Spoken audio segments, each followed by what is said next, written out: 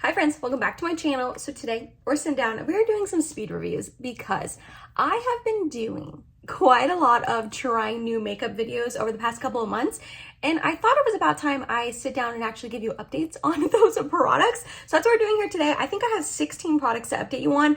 We're taking it back to like the beginning of the year. Like, that's how long ago I tried some of these products. So I'm finally coming on like months and months later to give you guys an update on some of these products. I will go ahead and have all of them linked down below for you, as well as the videos that correspond with me trying them for the first time. So you can check it out in case you want to see my first impressions, thoughts on any of them. We have a whole slew of products, but the first two I'll talk about are the palettes that I actually have on my eyes today. The first one being the Blend Bunny Cosmetics All Done Up palette. I absolutely love this palette so stinking much. It is beautiful. The mattes in this palette are some of my favorite mattes. This and Patrick Ta are probably my most favorite mattes I have in my collection. They are just so smooth. They don't get patchy on me. These shimmers are very intense though. So if you are looking for a more subdued shimmer, this would not be the formulation for you. However, the mattes are just so stinking good. I have a mixture of these three mattes right here on the outer corner and up into the crease. And like I said, they're just really smooth. They don't get patchy. They wear all day. They don't fade. And when I do use these shimmers, they are super impactful, beautiful, punchy,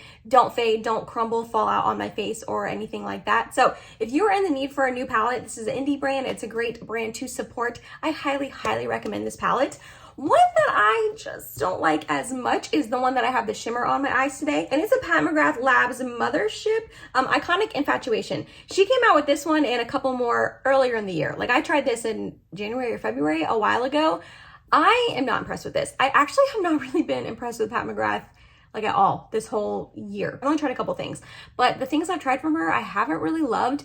Her launches are not grabbing my attention. The most recent Mothership she released, I thought it was the same as everything else she's been releasing the past couple years. So I used to really, really love her brand, and she's been kind of disappointing me lately. And this palette was really no exception. I'm already not a huge fan of her matte formulation, and these mattes are pretty much the same as all the other ones I've tried. They just get a little bit patchy on me, and these shimmers are pretty. They're pretty, but they're not anything spectacular, especially for the price point. I do have this shimmer all over my lid, and you can't deny that that's beautiful, but also this is just a plain like cream, whatever champagne shimmer that you could get in a million different palettes, a drugstore included. You know what I mean? Like, you don't have to spend the money on this particular palette. Also, I just don't love this color story on me personally. That is a personal opinion with my skin tone, my undertone, and all of that.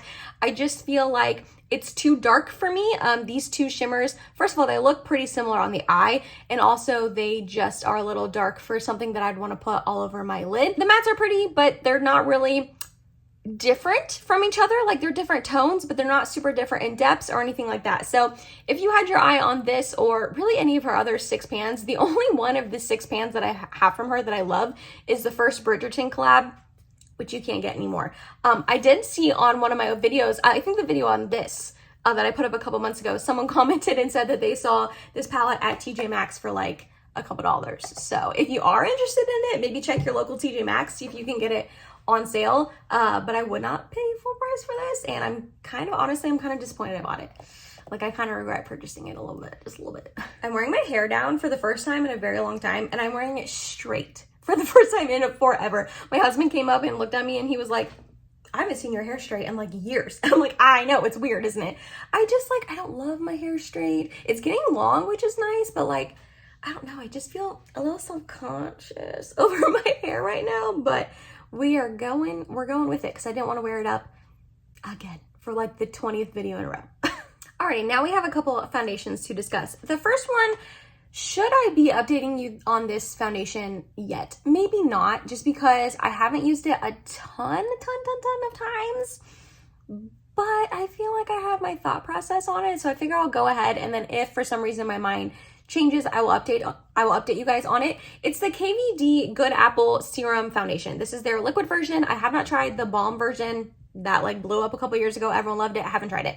But because everyone loved that one so much, when they released this, I was super excited to give it a go, and I just don't really like it, unfortunately.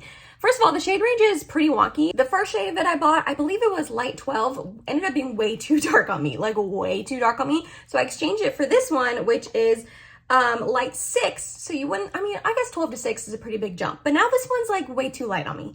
So I haven't really been using it a ton these past couple months because we're in the summer months and we've been out of pool days, I've been self-tanning, so this has been too light for me. But the times that I have tried it, it's just very drying on me, which is such a bummer because I haven't really noticed anyone else. I mean, this doesn't really get the buzz anymore, but when it first released, I didn't really notice anyone else saying that about this foundation, that it looked dry on them. So that was a bummer when I tried it out. It just looks dry and cakey and flaky and doesn't really wear well on me, unfortunately. So I'm gonna give this a go again when I get like a little lighter in a couple months, like this winter time and all that, and just really hydrate my base and see what I think about it then. And like I said, I'll update you. Off the times that I have tried it, I just didn't really enjoy it. One foundation that I do enjoy though is the NARS Light Reflecting Foundation. I picked this up in the shade Oslo Light 1. It is the foundation that I have on my face today. I do enjoy this. Is it my favorite foundation ever? No. And I think if I would have tried this a couple years ago, I wouldn't have enjoyed it because it really is a more medium foundation. I'm definitely more into that now than I used to be. So like I said, I like it now. I just think it's really pretty on the skin. Some of the glow you're seeing is from my setting spray I'm going to talk about in a little bit, but this does have a little bit of glow to it. Not oily or greasy or anything, but it does just have a nice skin-like finish to it. I think it melts into the skin nicely. I think it wears nicely throughout the day. It is going into my smile lines quite a bit. I've had this makeup on for probably 2 hours or so at this point. So it's not the most like perfecting, long wearing, perfect foundation, but it is really pretty. It's a nice kind of more everyday sort of foundation. I think it does wear well enough. It doesn't like break up too much. And I think if you are into that like skin-like finish, more medium-ish coverage, I think you would really enjoy this. All right, this concealer like took the internet by storm. A lot of people like it and say it's worth the amount of money because it's not really a cheap concealer per se. It's like $30 something, $30 maybe. I like it. I don't love it. I feel like maybe is this video gonna be negative? Some of these products I really don't enjoy, but I just have to let you guys know if I spend my hard-earned money on it, if I like it or not, you know, because you are working hard for your money. So I want to make sure I'm like honest with you about my opinions, if they're negative or not, you know what I mean? Or regardless of if they're negative, I guess is what I mean. The Natasha Denona concealer. So this is her High Glam concealer. It's brightening, hydrating, crease-proof serum concealer. 100% not crease-proof. Definitely not crease-proof. If you can see under my eyes right now, they are creasing pretty bad. And I have this on. I did pick up the shade RN1. It's a little light for me. I think if I would have been able to shop it in person, I wouldn't have chose this light of a shade, but it's doable. Like I said, it is the concealer I have on today. I don't think it provides me with super full coverage, which is one thing that a lot of people are saying they like about this, that it's just blanks out everything. It's very full coverage. I don't really see that on me. On camera, I feel like it's looking more full coverage than it does in person. In person, I still see a little bit of the blueness peeking through. It's a little bit drying as well, depending on what powder I set it with. So is this the worst concealer I've ever tried? No, definitely not, but it is pricey and it is getting a lot of hype and buzz, and I just don't love it like a lot of people seem to love it. Okay, is this next product a little bit of a gimmick? Maybe. It might be a little gimmicky, but I swear it does something. It's the Makeup Revolution Line Fix Under Eye Primer. So this you put under your eyes before your concealer, and it's supposed to help with the under eye lines. I forgot to apply it today, so sorry about that. I like put my concealer on and I was like, dang it, I didn't use this. Is this a miracle worker? No. Is this something that like I put it on and I'm like, oh my gosh, I have absolutely no under eye lines? Definitely not. But I do think, maybe it's in my head, but I do swear that this does a little something. I really do. I think it helps my under eye lines and my concealer wear better, it to not sink into my lines so much. And I have pretty gnarly under eye lines. Like they're pretty thick and deep and they're intense. And I just think that this really does something. Again, could totally be in my head, but I like this. I like this. When I remember to use it, I don't always remember to use it. So that is something that's a little bit of a bummer. Like it is an extra step that you have to remember to apply, and I don't always remember, but when I use it, I like it, and I really do think it does something. Alrighty, back to some eyeshadows. The next one being the Milani Gilded Mini Eyeshadow. This is in the wind down version of it. There's a couple of versions of this. Some of them were getting hype here on YouTube, specifically the all matte one that Kelly Gooch was raving about a couple of months ago at this point. And I agree that the mattes on this are pretty good. It's the shimmers. The shimmers for me are the part that I really don't like about this palette. If you can tell from this one just how chunky it is, it's just very thick, chunky, it falls out on the face even if you use glitter primer. And then these two seem to be a different formulation than this one, and it's just not as impactful on the eyelid. They're more of like a subdued shimmer, which I have been liking lately. They just don't do a whole lot on the eyelid. Again, the mattes are nice. This one I don't use a ton, but these two are good for like a crease shade, deepening, and all of that. But if you were in the market for a more drugstore affordable, I put that in air quotes because inflation and nothing's really affordable anymore, but if you were looking for more drugstore affordable eyeshadows, I would go with the CoverGirl Clean Cover eyeshadow palettes over that one. This is in the shade Dreamy Pink. I absolutely love this little quad. I think it is so beautiful. I actually had to take it out of my travel bag. We are going on a trip here soon, and I packed my makeup yesterday, and this is one of the palettes I'm taking because I love it that much. It is just easy and simple and foolproof, and every single time I use it, my makeup looks really pretty. I get compliments when I use this. My only qualm is that these two mattes aren't really different in depths. They kind of are the same depth, just different colors. So this is like obviously pink, and then this is more brown. So you can't really build up the outer corner too much. But typically when I'm using this palette, I'm going for a really simple look anyways, and I don't need the outer corner to be like deep, dark, smoky. If I wanted that vibe, I would go with a different palette. But these two shimmers are absolutely stunning, especially this one. It's just really pretty all over the lid. And these are just way better quality in my opinion than this one. Granted, this is the only one I tried of this. This is the only one I tried of this. But comparing these two palettes, I think the CoverGirl formulation is just way better. The mattes are better than the Milani, and that's the good part about the Milani palette. And the shimmers are just stunning, impactful, last all day. With glitter glue, they don't like fade away or anything like that. The Milanis do, and they just kind of rain down glitter on your face. Not really glitter, but just shimmer on your face all day, even when you use glitter primer. This one I would definitely pass on, and I would go for the CoverGirl over it. I've been loving this one, and it is going right back in my travel bag, and we are taking it to Destin, Florida with us because I love this palette. It's stunning. All right, me and this mascara have had a tumultuous relationship. I picked it up because so many people were hyping it up on the internet, specifically Jessica Braun and Taylor Wynn. They're my favorites. I reference them in a lot of videos because I watch a lot of their videos. I really trust both of their recommendations and opinions, and both of them love this mascara. So I was like, all right, well, I'm gonna love it too, right? The Tower 28 Make Waves mascara. So, like I said, we've had a pretty rocky relationship. When I first tried it out, I was like, no, absolutely not. What is the hype behind this mascara? I did not understand at all because I just wasn't seeing the results and having the love for it like other people on the internet that I had seen. I was applying it like I normally apply mascara, where I put a coat, let it dry, put another coat, and it was getting so incredibly clumpy when I would do that. And then also because it was getting clumpy and heavy, it wasn't holding my curl and my lashes were falling by the end of the day. So I didn't like it at all at first. Then after, I don't know, a week or two, I tried it just one coat.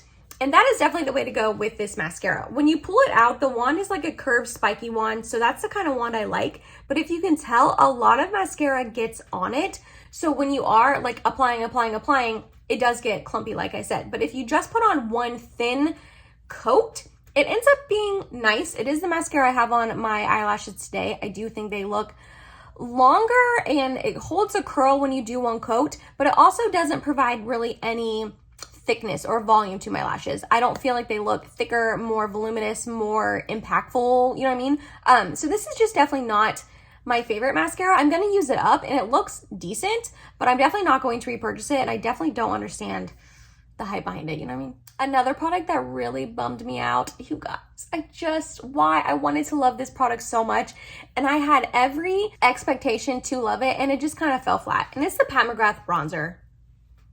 You guys, I was so pumped for this. I was asking Pat McGrath for like years to come out with a bronzer, and I expected to love it so much when she finally did. I picked up the shade Naked Desire, which is the lightest one.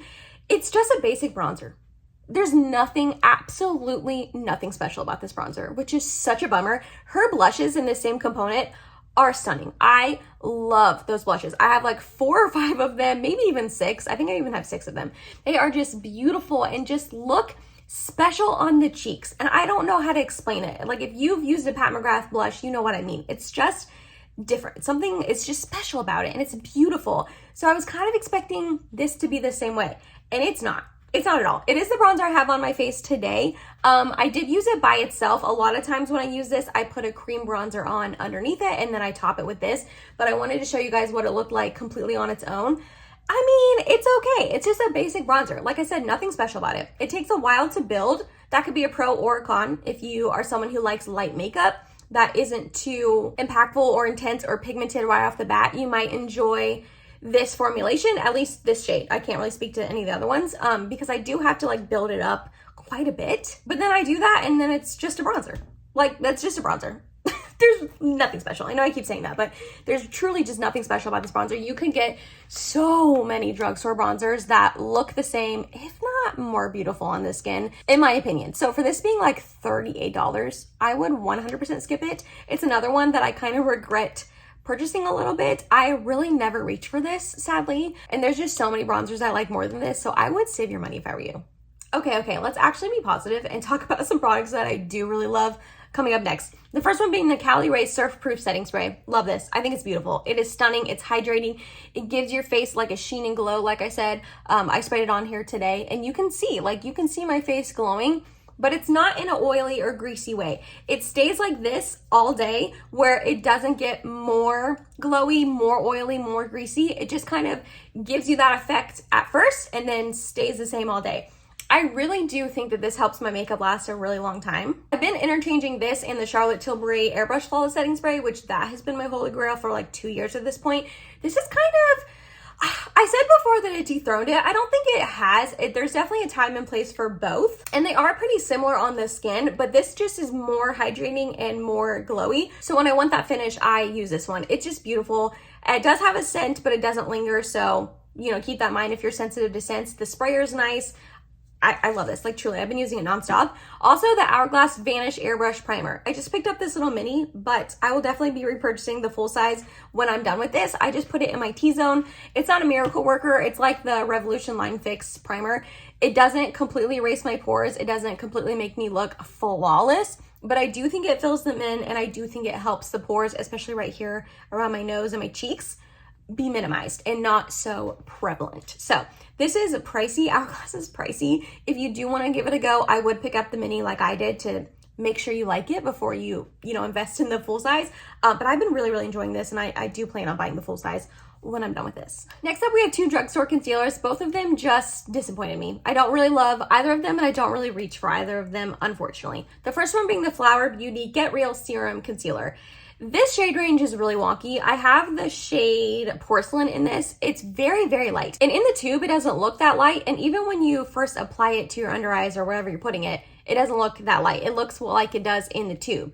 But then when you go to blend it out, it blends out lighter than what it looks like in my experience. I don't know if anyone else has experienced that, but for me, this does that.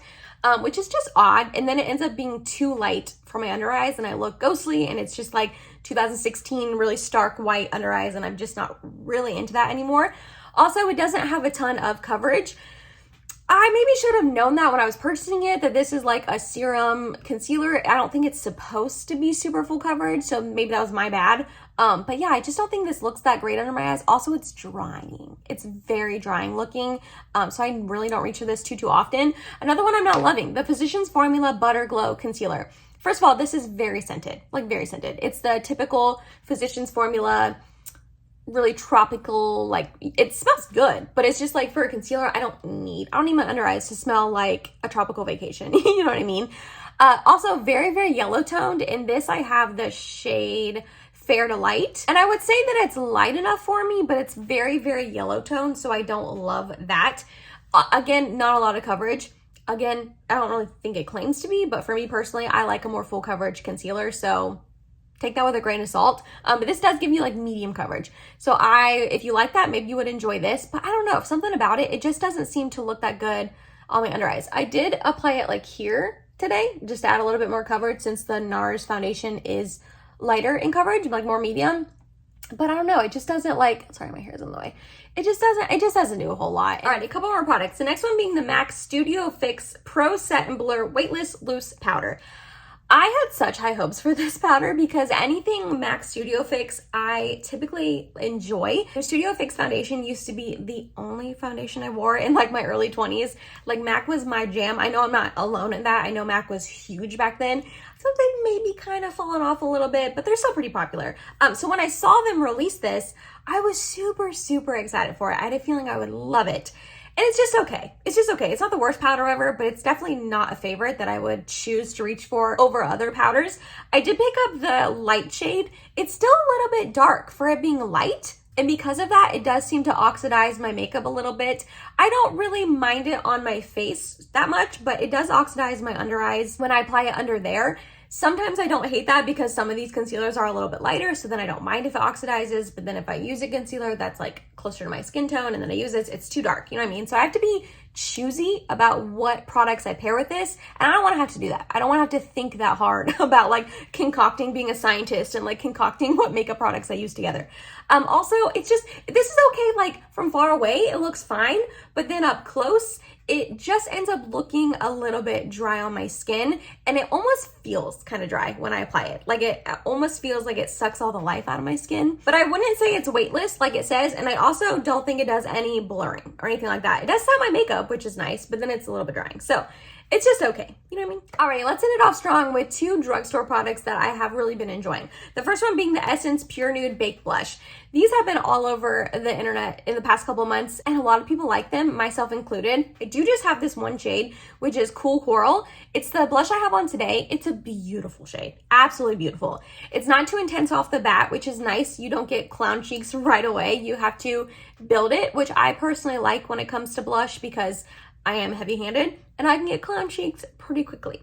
It does have a really beautiful glow to it and like sheen without being glittery. This one specifically isn't glittery. I know a couple of the other shades do have glitter to them, but I don't think this one really seems to. I guess it does when I look in the pan, but on the cheeks, I don't notice any glitter. My only concern about this blush is because it is shimmery. If I get it too close to this portion of my face right here, like I bring it over a little bit too much, it can emphasize my pores. And sometimes I like to do that with blush, like put it over the bridge of my nose and do the whole like sunburn kind of look. I can't really do that with this because it will emphasize my pores. But other than that, I think this is beautiful. If you like shimmery blushes that are gonna give your face some glow, like I don't have any highlight on. It's all that blush and then the setting spray. And I think my skin looks really like glowy and nice and pretty. And it seems to last all day as well. It doesn't seem to fade too much, which is nice. And then lastly, we have the e.l.f. O Face lipsticks. This is in the shade Dirty Talk. It's the lipstick I have on today. I like this. Is it like a revolutionary lipstick that's like the best lipstick I've ever tried in my life? No, definitely not. But it is nice and creamy. It wears nicely. It doesn't fade off too much. And when it fades off, it does it so gracefully. So it's not like no lipstick and you look weird. You know what I mean? I do think it does emphasize my lines a tiny bit, but nothing terrible. The shade is really nice and pretty. It does come in quite a few shades. It's nice magnetic packaging. It's got a nice like bullet. I want to say these are like $9. So yeah, if you are in the market for a new lipstick and you see a shade from this line that you like, I would say go for it. I am enjoying this. I think it's a really pretty lipstick. Not anything like crazy revolutionary. You don't need it, but if you want it, I say go for it. And that was it, you guys. That was some speed reviews on, I think it ended up being 17 products that I've tried since the beginning of the year. I know, I kind of backlogged this quite a bit. Sorry about that. It took me a while to update you guys on these. If you have seen any of my most recent trying new makeups and like a product in those videos were in this one, it's just because I haven't tried it enough to give you my full thoughts on it yet. I will do another speed reviews in the next couple months and update you guys on those products. Yeah, those are my updated thoughts. I liked some of them. I don't like some of them. I love some of them. That's how it goes with makeup. You know what I mean? I wish I loved all these products. I really do. I didn't mean to be like negative in any way, but I just want to give you guys my honest thoughts on them so that way you can save your money or you know like what you want to spend your hard-earned money on. You know what I mean? Let me know down below, have you tried any of these products? Do you like them like me? Do you not like me? Like, do you agree with me? Do you disagree? I would love to hear your guys' thoughts down below. If you made it to the end of this video, thank you so much. You're awesome. I love you. Please subscribe if you have not yet, and I hope to see you in my next video. Bye, guys.